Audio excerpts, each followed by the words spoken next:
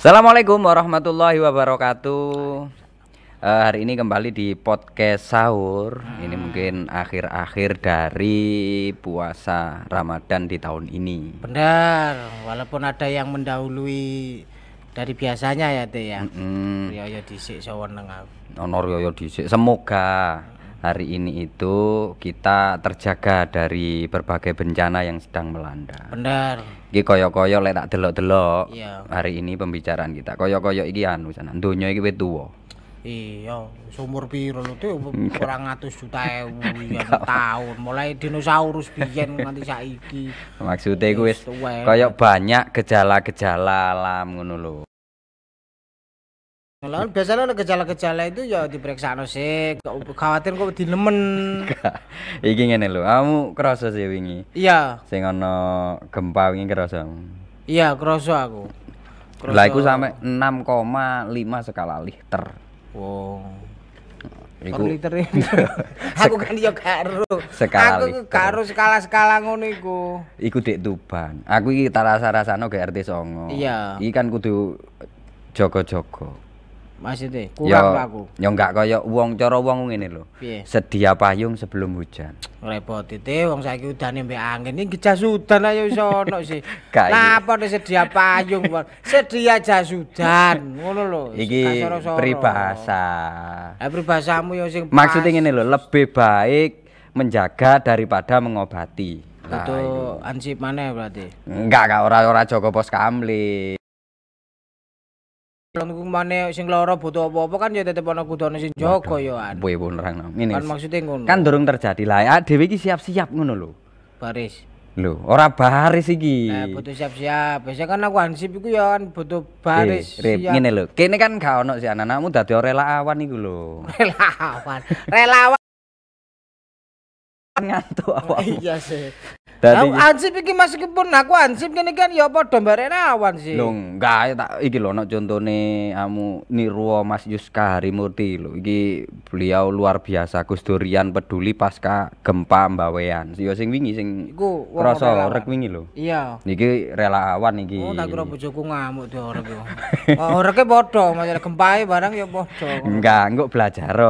Carane. Nang Mas Yuska belajar. Ya apa carane dadi relawan? Oh. Dadi wong melo-melo nulungi ngono ta. Lho ya iya tapi kan ya ono carane. Kudu daftar. Iya. Waalaikumsalam niki lho Mas Yuska wis rawuh iki lho. Tadi sehat-sehat selalu. Nggih. Ya aku lek wong iki te. Iki ora relawan bagi-bagi takjil senengane. Beliau aktif. Makanya sehat selalu. Tensi normal gitu. Alhamdulillah kolesterol rotok dukur sithik. Wis mulai tadi dokter. Enggak karena kan beberapa bulan ini kita makan malam terus. Oh iya sih. Iya, yang ngaruh juga ya. Lah wong poso kate mangan awan. Hari ini Jawa Timur kita sedang berduka. Teman-teman relawan khususnya Gus Durian Peduli ikut andil dalam pasca gempa Mbawean. Ya. Niki. Nggih, Mas Yuska niku di Mbawean cerita dulu mungkin di Mbawean itu memang jaringan untuk teman-teman relawan juga banyak. Sebenarnya begini, Bawean itu pulau yang keren menurut saya. Saya cerita dulu Bawean. Sawahnya oke, hasil lautnya juga oke. Nah, pada sekitar 22 Maret kemarin itu ada gempa kurang lebih 35 kilo dari Pulau Bawean. Jadi masuk wilayah itu masuk ke lautan, masuk wilayah kelautan Tuban. Nah, tapi karena dampak terparah itu ada di Pulau Bawean, maka kita sepakat ini menamakan sebagai gempa Bawean, bukan gempa Tuban kan gitu. Oh, ada. Walaupun dampak getarnya itu, wah, horke itu sampai wilayah Surabaya, sampai Jogja itu juga berasa. Jawa Timur sebagian ya, terasa. Betul. Tapi itu memang kondisi Mbawean pasca gempa itu parah. Yang paling tidak semua parah. Jadi ada kurang lebih 5 kecamatan, 3 dusun di 2 kecamatan yang paling parah. Semuanya ada berada di pesisir sebelah timur. Ada di dusun Dedawang sama di mana Cangkapura itu kemudian di dusun Rabe namanya, terus satunya lagi di Prapatunggal. Nah, desa-desa ini ada di pesisir semua, dekat laut. Oke. Ya, jadi karena begitu hebatnya itu sampai jadi gempa itu dari gini. Menariknya gempa Bawen itu adalah biasanya gempa itu besar terus cilik-cilik ini. Ini enggak. Ini cilik-cilik terus gede. Berarti menengah berarti. Ya, ini awal-awal itu kan cuman 5, berapa gitu. Tapi yang diawali kurang lebih jam 11 siangan. Nah, ketika sore jam 4 itu besar 6, hampir 6,5. Nah, sampai 3 kali. Ya, ini fenomena menarik sebetulnya di luar kebiasaan. Nah, itu yang menyebabkan kemudian masyarakat itu kemudian menjadi panik, oma-oma sing rubuh, apalagi kemudian ada isu takut dengan tsunami. Betul, nggih. Nah, karena takut dengan tsunami, wong melayu kabeh dari menuju ke wilayah yang lebih tinggi. Untungnya Bawen itu banyak bukit. Jadi Bawen itu penuh dengan bukit-bukit. Jadi daerah-daerah yang pesisir, karena di sana sampai hari ini belum ada sinyal tsunami itu yang belum.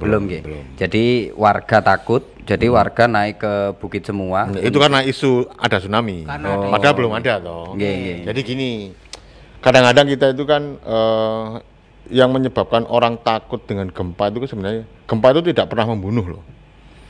Yang membunuh itu bangunan sebetulnya. Kejatuhan. Iya. Nah, tapi di satu sisi bahwa masyarakat Bawen belum pernah mengalami ini, itu yang pertama. Loh, ini yang pertama gitu? Pertama.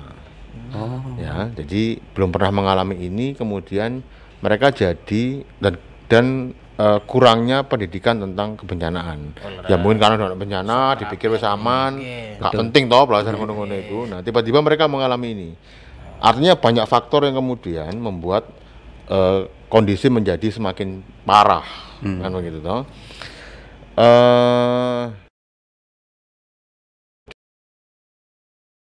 Lempengan bumi. Jadi gempa itu kan asalnya kan karena lempengan bumi itu kan mesti ngeklik dong. Oh. Ini mesti pokoknya, tapi ini hanya terjadi di lempengan-lempengan bumi ini. Kalau di Indonesia itu kebanyakan memang berada di wilayah selatan biasanya. Makanya kalau gempa itu yang terjadi di wilayah Sumatera itu wilayah Nias, bagian terluar. Terus Sumatera kalau Jawa itu biasanya di pantai di Sumatera, di Jawa Barat itu, kemudian Lumajang, kan sering itu NTT. Itu biasanya wilayah bagian selatan. Itu paling sering. Kalau orang Kalimantan aman, belum pernah. Selama 50 tahun terakhir itu nggak pernah gempa. Kalau orang sini kan bilangnya lindu itu lindu. yang kecil-kecil. Lindu. Tapi masalahnya itu kan tadi niku belum terbiasa. Makanya lon. Ini lho Mbak Wean nggak biasa kaget. Orang kan belum ada pendidikan tentang gempa, minim bencana. sekali. Ngono, kamu kudu siap-siap sih. Melok pendidikan ngene melok Mas Yus nanti elok ono. Gaya tendo tau apa melok. Bangunan yang 2 kecamatan itu relatif parah. Jadi ada 3 kategori. Ada yang rumah rusak berat, terus rumah hitungan rusak berat itu hancur total. Terus rusak sedang itu tapi tidak layak huni. Retak nemen segala macam dihuni bangunan ini wajib bongkar. Yang ketiga itu ya aman lah ya, aman, dia hanya masih bisa ditempati. Yang paling banyak memang yang rusak sedang, tapi yang rusak berat ini memang banyak juga. Tetapi yang paling penting begini, yang paling fatal itu adalah sekarang orang-orang itu karena sampai hari ini sudah kurang lebih sejak gempa pertama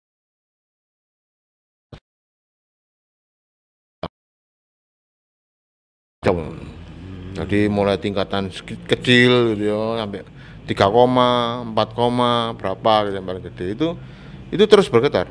Waktu ke sana masih ada gempa berarti nggih? Masih, sampai kemarin pun masih gempa ada. Jadi ini yang membuat orang-orang itu jadi takut pulang ke rumah. Traumatik nggih. Walaupun omahe gak apa-apa iki ajane. Tapi wedi wong tiap saat gempa ya. Nah, kemudian para nelayan ini takut melaut. Karena takut tsunami. Takut gempa, ya kuwatir keluargane nang omah. menyebabkan suasana yang seharusnya segi ekonomi sebenarnya tidak terganggu, terus apa yang tidak terganggu, ini jadi terganggu karena rasa takut tadi itu.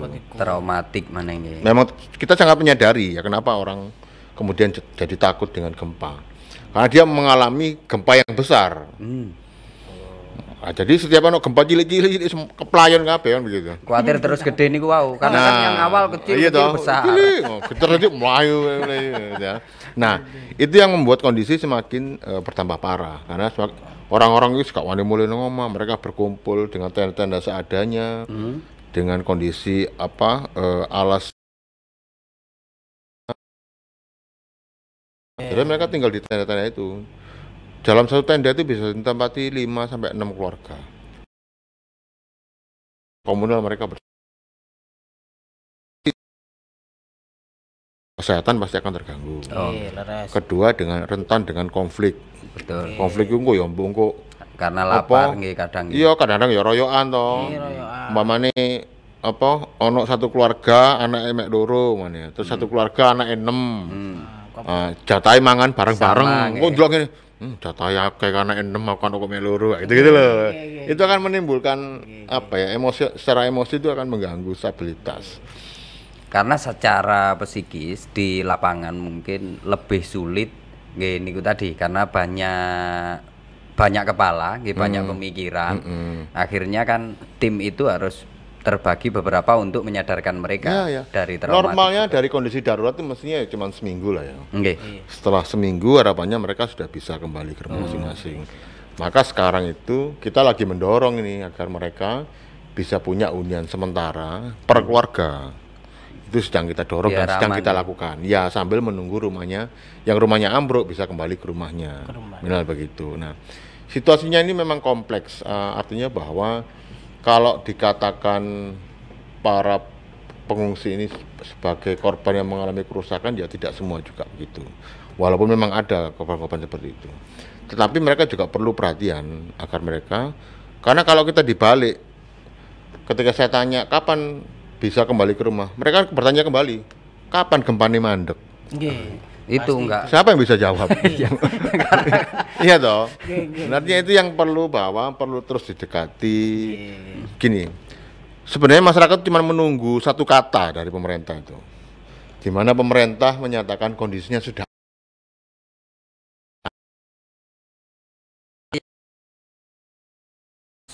bisa kembali ke keluarganya atau mempersiapkan tempat hunian sementara tadi niku untuk memberikan kenyamanan pada setiap kakak yang ada khususnya 2 kecamatan yang parah niku. Nah, tapi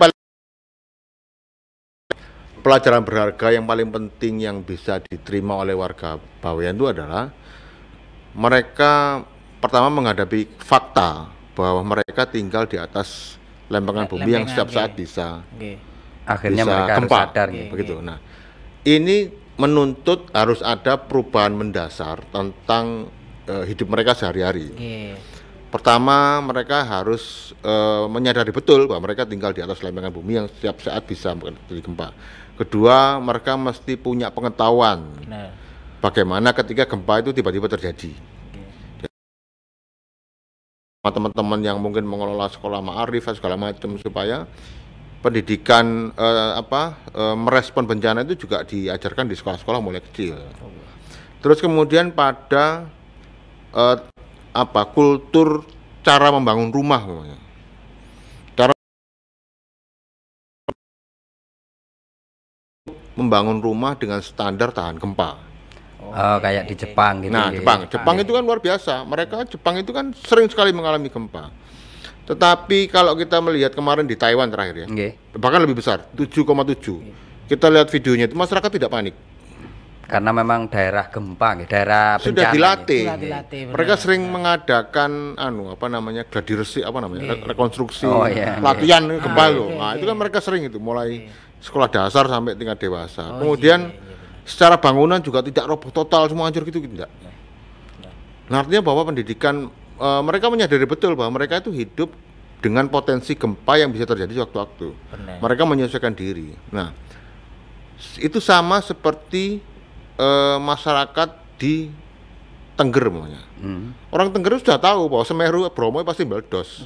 Erupsi nggih, dan mereka sudah mengambil jarak aman nih. Mereka sadar bahwa saat meledos-meledosnya Bromo itu tidak akan jauh dari berapa kilometer gitu. Jadi ketika Bromo meledos itu orang Tengger hanya malah menikmati. Ndelok kayak pemandangan gitu. Mereka sudah punya jarak aman, bisa mengambil tahu daerah mana yang biasa dilewati, jalur lava segala macam, mereka sudah tahu jalurnya. Pendidikannya mereka sudah paham. Ya, dan mereka sudah siap. Siap betul tentang itu. Nah, itu yang sebenarnya yang sangat bisa mengurangi potensi kehilangan nyawa, kerusakan dan lain-lain. Nah, ini yang harus menjadi kultur.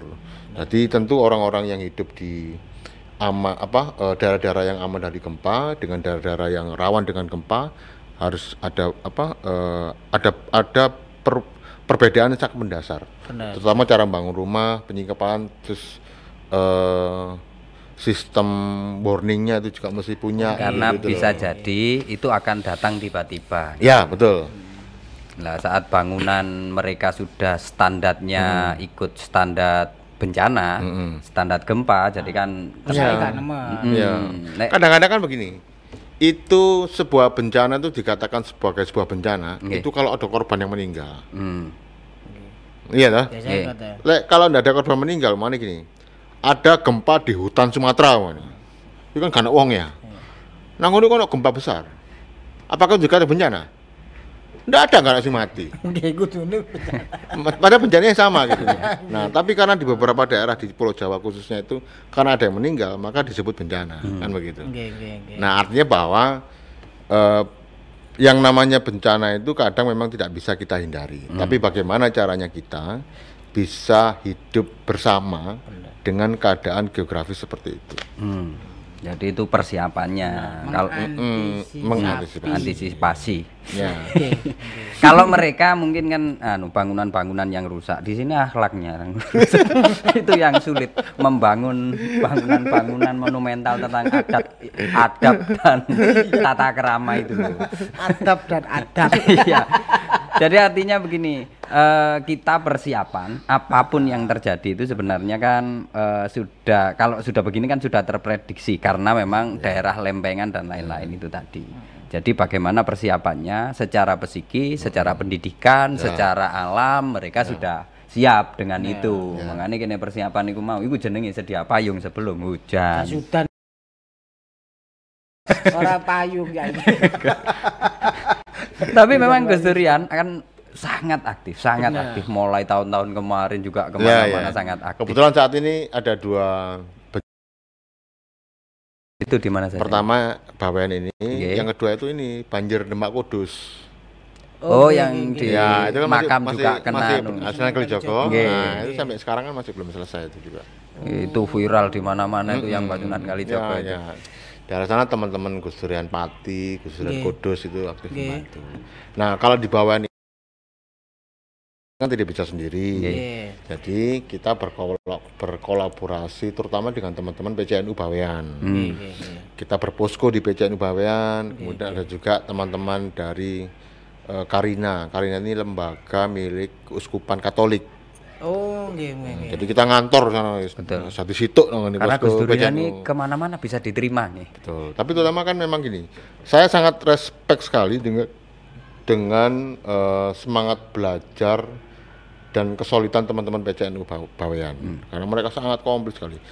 Dan terus terang kami kemarin juga sedikit berbagi ilmu lah tentang manajemen posko, kemudian tentang asesmen.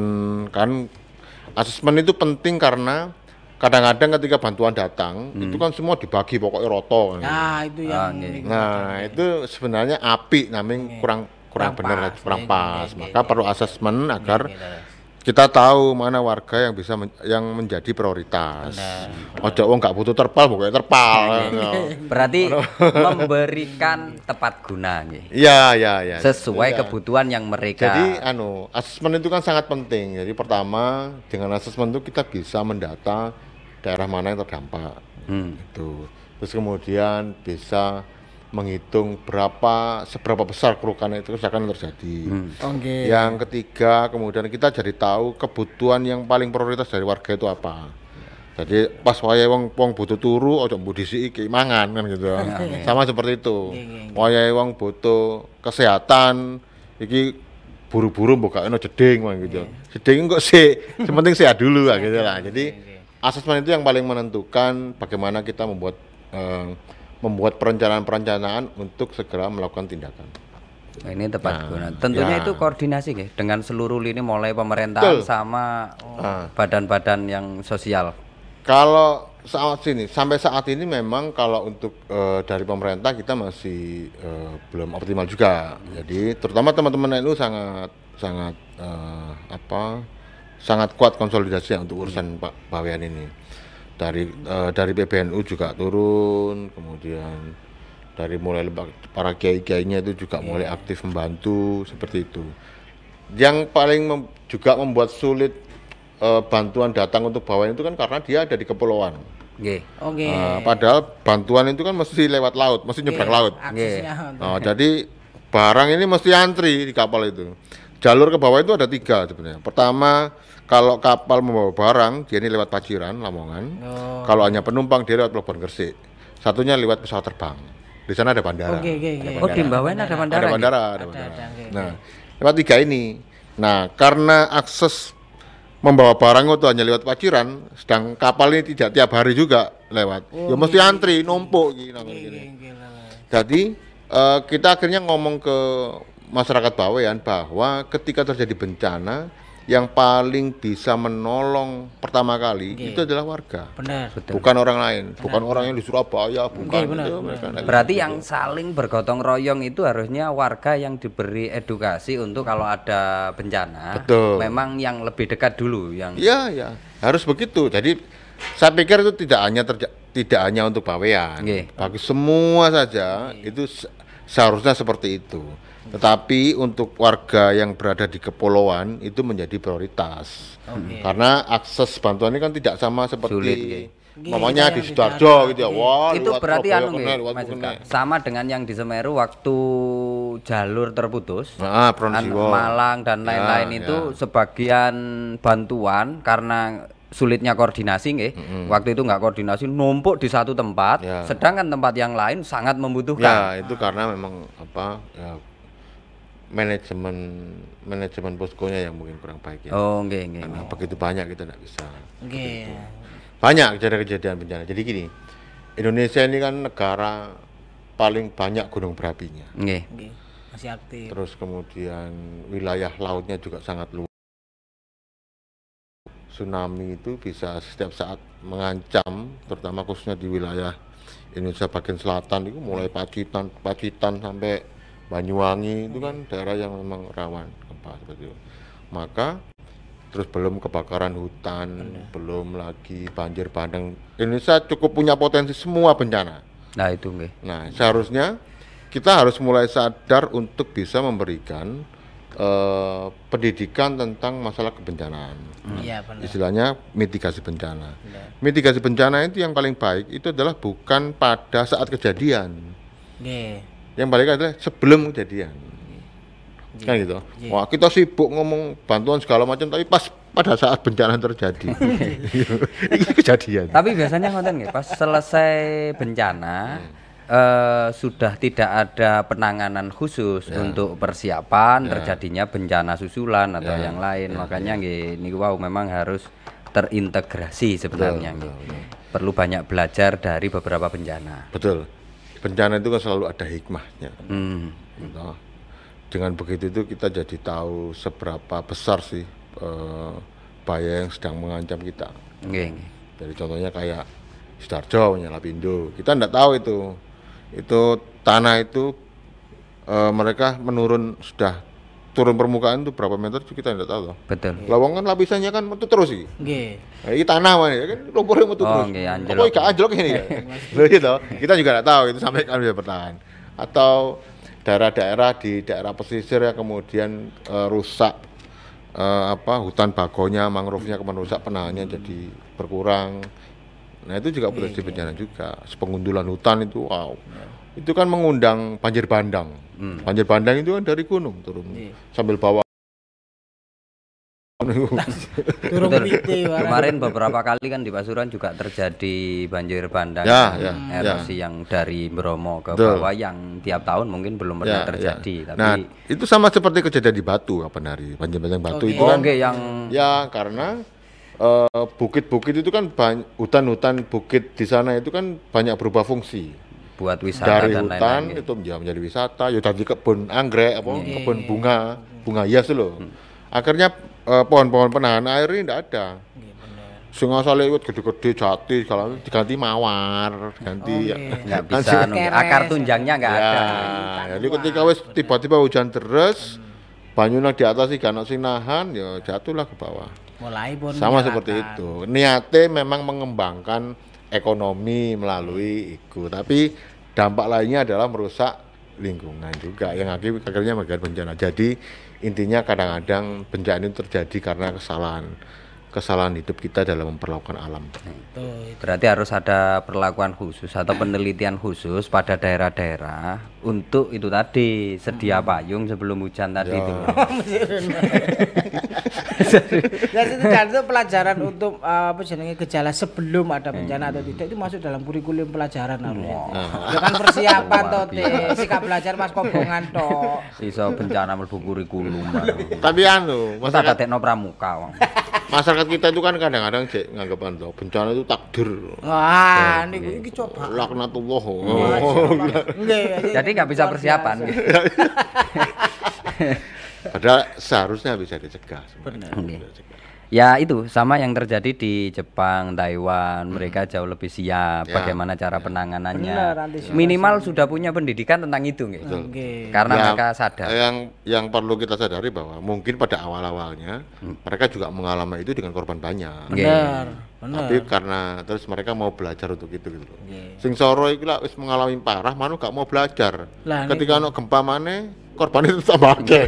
Wah, gak tau sinau wong iki. Lah kang ngono moro pindah. Tapi Bawean sekarang niku napa jenenge tasih Bawean itu sekarang masuk dalam tahap rehabilitasi.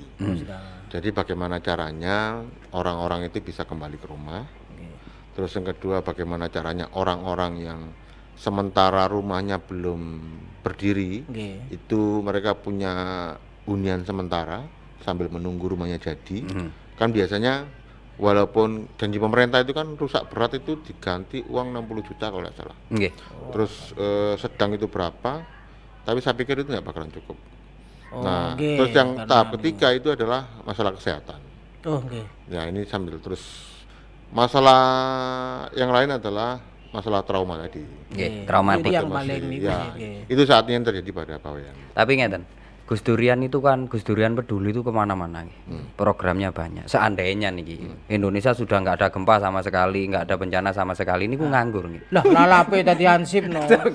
Maksudnya apa program-programnya di luaran? Gus Durian peduli kan tidak hanya pada penanganan bencana, tapi dia juga konsen pada urusan menjaga lingkungan. Oh, menjaga lingkungan. Jadi kalau sekarang itu ada istilah bahaya krisis iklim segala macam. Gus Durian ada di sana. Nah, sekarang Gus Durian peduli juga lagi aktif pada kegiatan pengelolaan sampah. Program pengelolaan sampah. Ya, pengelolaan sampah. Ya, karena itu memang di kota-kota apalagi. Ya. Jadi bagaimana sampah ini tidak lagi menjadi mengubah mindset orang. Bagaimana mereka tidak lagi memandang sampah itu sebagai sesuatu yang dibuang. Betul. Merubah niku. Tapi bagaimana mereka memandang sampah ini sebagai komoditi. Sebagai sesuatu yang bisa jadi duit. Jadi sampah adalah emas. Bisa dimanfaatkan. Ya, jadi ada sebuah, kebetulan kita ada kerjasama dengan sebuah perusahaan dari Taiwan. Perusahaan daur ulang sampah di Bantul. Ya, Jogja. Kebetulan di Jogja ini kan lagi krisis darurat sampah. Karena tempat pembuangan sampahnya mau ditutup. Jadi bingung wong Jogja ini bingung buat sampah. Terlalu besar nggak anu.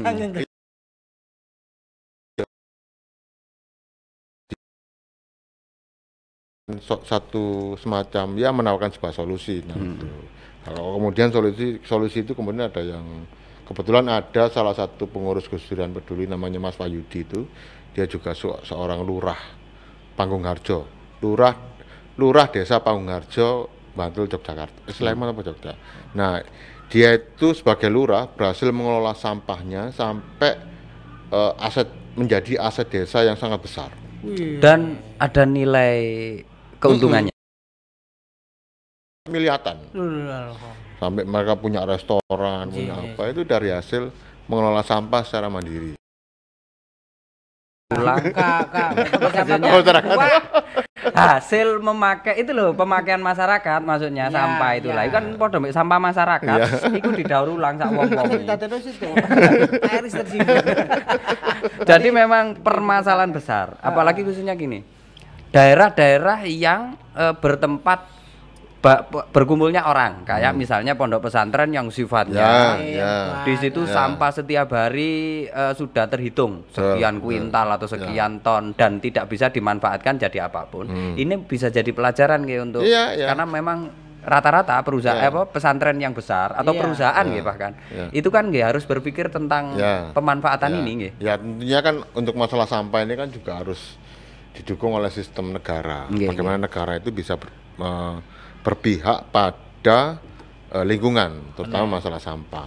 Jadi aja diramaikan sampah itu, bahkan bahan-bahan furnitur gini nih kayak gitu, itu banyak yang banyak dari sampah. Betul, di sini juga banyak yang dikali-kali, banyak yang dibuang itu loh, kasur, kursi, ban, terakhir pempes. Jadi itu kan rata-rata memang harus tahu tentang fungsi dan cara nyamannya. Waktu saya sendiri nih jalan-jalan ke Singapura itu bersih. Jadi daerah ada sing aneh itu begini. Kadang-kadang kita itu kan menganggap orang Indonesia ini kemproh gitu ya, buat sampah sembarangan. Betul. Tapi kenapa ketika mereka ke Singapura, mereka jadi orang yang mengikuti. Iya toh? Nah, tapi ketika balik lagi Indonesia aku mana ya? Jadi paling nggak di kono sampah sudah dikesak. Nah, kan artinya gini, bahwa masalah perilaku manusia orang itu sebenarnya bisa diarahkan. Kalau aturan negara, sistem negara itu bisa membentuk itu, loh. Orang kita pun kalau datang ke Singapura itu, ya mereka buang sampah ya milih, dibuang ini, denda, akhirnya sampah. Kalau di sini ada tulisan dilarang buang sampah, malah buang sampingnya. Sampingnya karena yang ditulis di gunung ya. Jadi memang itu kok bisa mengikuti perilaku bersih, disiplin dan lain-lain kayak di Jepang waktu viral. Tim sepak bola Jepang saat Piala Dunia, keadaan di matchnya Jepang saat selesai permainan itu bersih, clean, nggak ada sampah dan nggak ada apa-apa. Itu masalah perilaku, masalah kultur, budayaan, cara memandang lingkungan, cara memandang sampah. Itu jadi kan menjadikan sebuah kebiasaan akhirnya. Iya, dan itu harus mulai dari kecil, harus mendasar, harus ada revolusi besar-besaran itu urusan sampah. Saya bagus nang cilik ae. Karena sampah itu di samping menjadi karbon-karbon yang berbahaya, juga kadangkala bisa menjadi tempat banjir dan lain-lain. Dia bisa dikelola menjadi bahan komoditi bahan-bahan komoditi yang bisa dijual kembali. Dia bisa menjadi sumber listrik. Yang sampah organik bisa jadi kompos, yang bisa digunakan jadi pupuk yang bisa digunakan oleh petani lagi. Ya, jadi memang sampah sampah ini kalau bisa dikelola dengan baik bagi umat. Artinya pendidikan tentang itu. Tugas yang paling berat adalah bagaimana kita bisa mengubah mindset kita semua memandang masalah pentingnya urusan lingkungan. Ini tentunya tidak bisa Gus Durian Peduli sendiri ya. Tapi memang harus bersama-sama untuk memahamkan. Apalagi misalnya ya Mamno sampean itu kan Bu. Tadi aku malah gak paham kok malah. Misalnya sampean paham iku sak Indonesia Dadi liyane iku gampang. Aku termasuk aku buntur. Bisa aku kuntur. Entar lah ukur. Sajane ngomong ya ngerti ti, ngomong ya pinter, cuman kurang sadar. Nah, itu. Makanya sebenarnya program Gus Durian Peduli itu banyak ya Mas. Oke. Yang tidak hanya terjadinya bencana-bencana tapi persiapan atau bagaimana sebelum bencana itu sudah diberikan pelatihan-pelatihan khusus. Secara nasional, kalau kita tidak hanya ngomong tentang Gus Durian Peduli ya, Yeah. kita juga mesti ngomong tentang jaringan Gus Durian. Oke, jaringan. Nah, jaringan Gus Durian itu saat ini itu sudah menetapkan 4 isu besar tentang tugas gitu. Oke. Isu prioritas gitu. Yeah. Ono demokrasi, ono masalah keadilan, dan yang terakhir adalah masalah krisis iklim. Jadi kita mulai memasukkan urusan krisis iklim ini menjadi satu hal yang penting untuk ditangani. Karena kami yakin bahwa salah satu dari penyebab punahnya manusia itu tidak hanya perang, Betul. tapi bencana alam juga. Oke, pasti. Iya toh? Mengurangi. Bahkan mungkin juga nanti suatu saat kita ini akan terhempas, entek gitu ya, itu oleh bencana, bukan oleh perang. Oke, leres. Maka kita mesti mulai memperhitungkan bagaimana bahaya ancaman krisis iklim ini tidak menjadi. Contohnya begini, kalau dulu zamanku SD gitu ya, Oke. kita selalu diomongi bahwa musim penghujan dan musim kemarau itu kan waktu nih, Oke. September April, September, kan gitu toh. Jadi dia itu ibarat jam ngono kuwi sisa dibadek. Tek-tek iki, tek-tek sambil. Tapi sekarang coba, bisa enggak? Blas. Nggih. Karena dulu begini kalau tenger-tengere wong Jawa itu pokok di bulan sing ana ere iku udan. Ya. Dadi mulai September, Oktober, November, Desember, Januari. Ngerono ere, Maret, itu masih ada hujannya. Di luar itu sudah nggak hujan. Jadi kalau sampean Joko perbandingan, musim ini seperti sebuah jam. Kalau dia teratur berarti jamnya teratur. Lagi gak teratur per jam ini muter kok apa? Wis gak karo-karon. Malik dari kanan kiri. Nggih. Itu karena itu artinya bahwa sistem alam itu sudah tidak berputar sebagaimana mestinya. Wis gak kena dibedek, gak kena diprediksi, gak kena dikontrol gitu. Nah, itu akan berpengaruh pada sistem hitungan para petani umpamanya. Petani saiki ate ngitung tandur, ate panen iki angel. Nggih. Ngitung. Kalau dulu mereka masih bisa memprediksi, lah aku nandur sakmene kok panennya bulan iki. Kayak gitu. Sekarang Nggih, sekarang rancu. dan itu akan mempengaruhi harga beras lah. Gitu kan? Karena itu tadi, ono waya-waya yang seharusnya bulan Mei adalah waktu panen, tiba-tiba gak panen.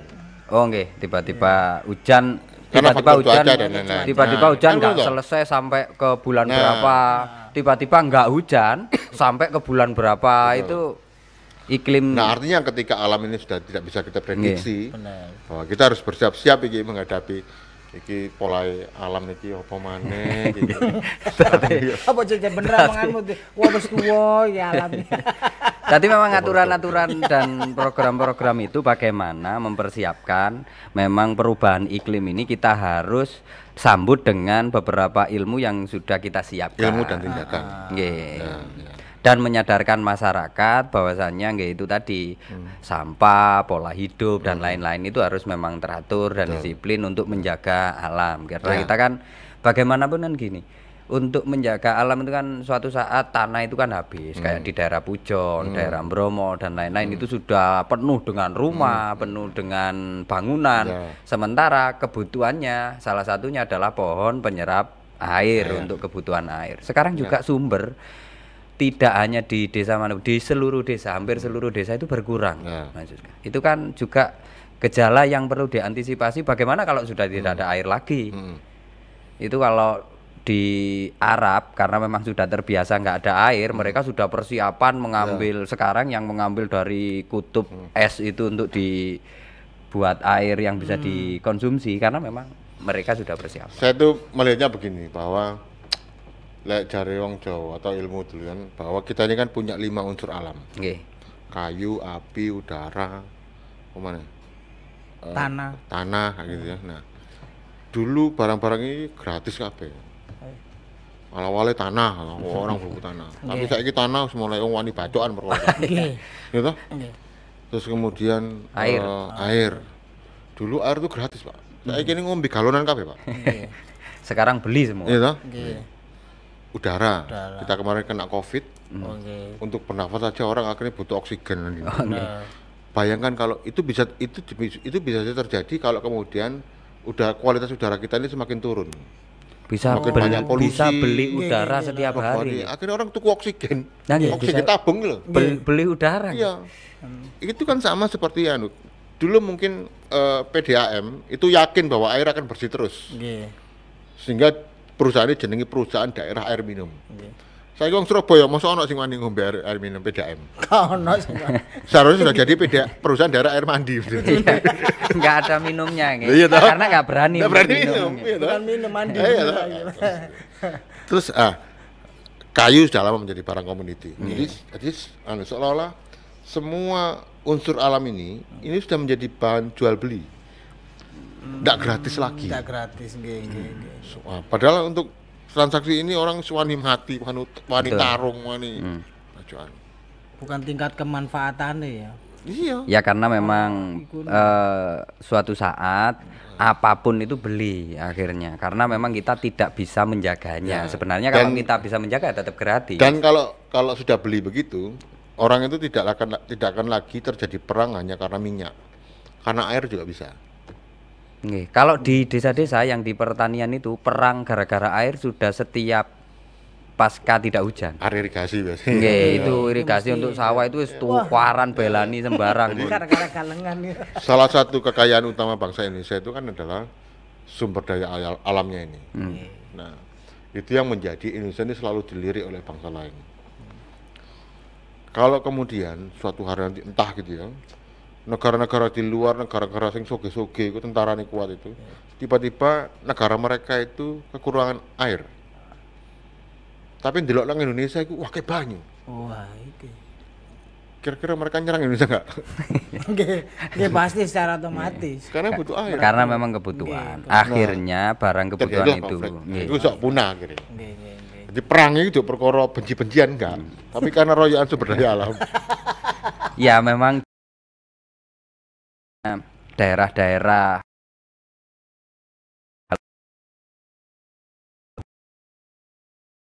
tertentu bukan karena memang kebutuhan mereka untuk itu. Karena ada sebagian daerah itu yang makan mungkin sulit saat kondisi musim dingin misalnya dan lain-lain. Tapi kan daerah kita itu sebetulnya itu daerah yang kaya sekali. Kaya banget kita itu. Jadi apapun sebenarnya di sini sudah bisa hidup nggih. Hidup, gak butuh bantuan wong liya iki.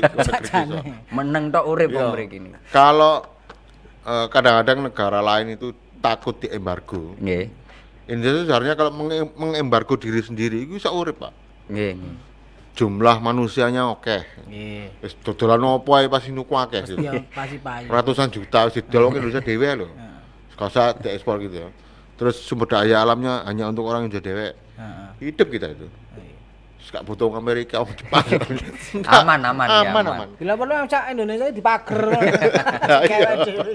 Makanya yang terpenting kata Mas Yuska tadi itu kita peduli untuk mempertahankan kekayaan alam ini sebagai sumber untuk anak cucu. Betul. Karena memang nggak hanya kita yang akan hidup. Kekayaan alam ini tidak hanya sekedar berkah bagi kita, tapi dia ini adalah titipan. Betul. Titipan bagi anak cucu kita nanti. Nah, itu bahasa. Lah, mosok barang rusak itu waris orang anakmu. Harus besane nggih. Sudah tidak ada oksigen dan lain-lain. Sekarang kita masih bisa berenang di air bersih ya. Kita enggak tahu apakah besok anak cucu kita itu masih bisa berenang di air bersih. Kayaknya sudah enggak mandi air tapi mandi bola. Iya toh. Yang nggo ando berarti. Sama seperti orang kota toh. Orang kota itu bakalan dia renang itu harus bayar. Beto karo wong Pasuruan memangnya. Pasuruan masih bisa itu nyemplung. Jegur kali aman. Anak ini mau nyemplung kok. Kene kapok. Pun kena gatel-gatel dan lain-lain ya kan. Makanya ini terima kasih. Ini pelajaran yang berharga Mas Yuska Harimurti ini Gus Durian peduli. Kita belajar banyak bagi seluruh pemirsa TV 9. Memang segalanya akan kita wariskan tentang baik buruknya ini, bukan hanya kita sebenarnya untuk menjaga, karena ini memang untuk diwariskan secara baik. Nah ini di akhir-akhir acara ini Mas Yuska, itu apa yang bisa disadarkan kepada pemirsa dan juga teman-teman yang lagi nonton ini? Apakah teman-teman memang harus jadi relawan semua? Oh tidak. Pertama bahwa alam ini itu wajib kita jaga. Terlepas dia ini adalah sesuatu yang bukan berarti kemudian barang gratisan kemudian mbok sia-siakno sembarangan, tidak. Karena lingkungan alam ini akan menjadi semacam sumber penghidupan kita di masa yang akan datang. Termasuk dengan segala potensi bencananya. Potensi bencana itu, penanganan yang terbaik itu adalah sebelum bencana, bukan pada saat bencana. Cara mengantisipasinya mari kita kenali, mari kita cegah segala kemungkinan terjadi agar kita semua bisa menyelamatkan peradaban manusia ini lebih panjang, lebih dawa, sampai kapanpun tetap ada karena dihidupi oleh alam. Sing penting iku dadi dhewe iso jaga enak-enak. Anak putu awake dhewe iku sik enak-enak ngono lho Mas. Barang titipan kok sak karepe dhewe ya angel berarti. Makanya Gus Durian peduli ini menjadi suri tauladan bagi kita-kita di RT Songo ini. Memang sebagai RT saya terima kasih Mas Yuka selalu hadir tiap tahun ke sini. Nah, memang ya aja teko tok awakmu ya melok olute, aku ya melok nang. Iya, sekali-kali saya kan ya juga kepingin ke Mbawean naik ferry. Tapi aku kepingin rono sakjane numpak. Ferry gak iso mlaku ngono. Numpaki lho. Sekitboot itu lho, numpak sekitboot. Sakjane aku pingin kapal cepat. Tadi sakjane aku pingin rono numpak gedek. Tadi cek rodok suwe. Ngono ae. Maro ke tengah-tengah kesamber. Jadi ini saya juga berharap agar para korban bencana di Bawean bisa segera tertangani. Amin. Jadi pemerintah juga cepat realisasi, tidak hanya janji saja. Terus belajar untuk bisa menghadapi segala kondisi alam yang mereka miliki di Pulau Bawean. Makanya kita terima kasih luar biasa Gus Durian peduli. Yang jelas ini sudah habis ini juga sudah kita Idul Fitri, Hari Raya, dan segala kesalahan-kesalahan dan juga pemirsa yang luar biasa selalu mengikuti kita, menambah wawasan yang luar biasa di pagi hari ini. Setiap pagi kita acara-acara selalu memberikan ilmu di pagi hari. Iya. Kita lebih dulu. Karena ini biar luar biasa. Makanya pokoknya seluruh pemirsa kalau ada salah-salah kita mohon maaf. Pokoknya podcast sahur ini akan menambah ilmu hasanah buat seluruhnya. Kita bertemu lagi di lain waktu. Luar biasa. Assalamualaikum warahmatullahi wabarakatuh. Waalaikumsalam.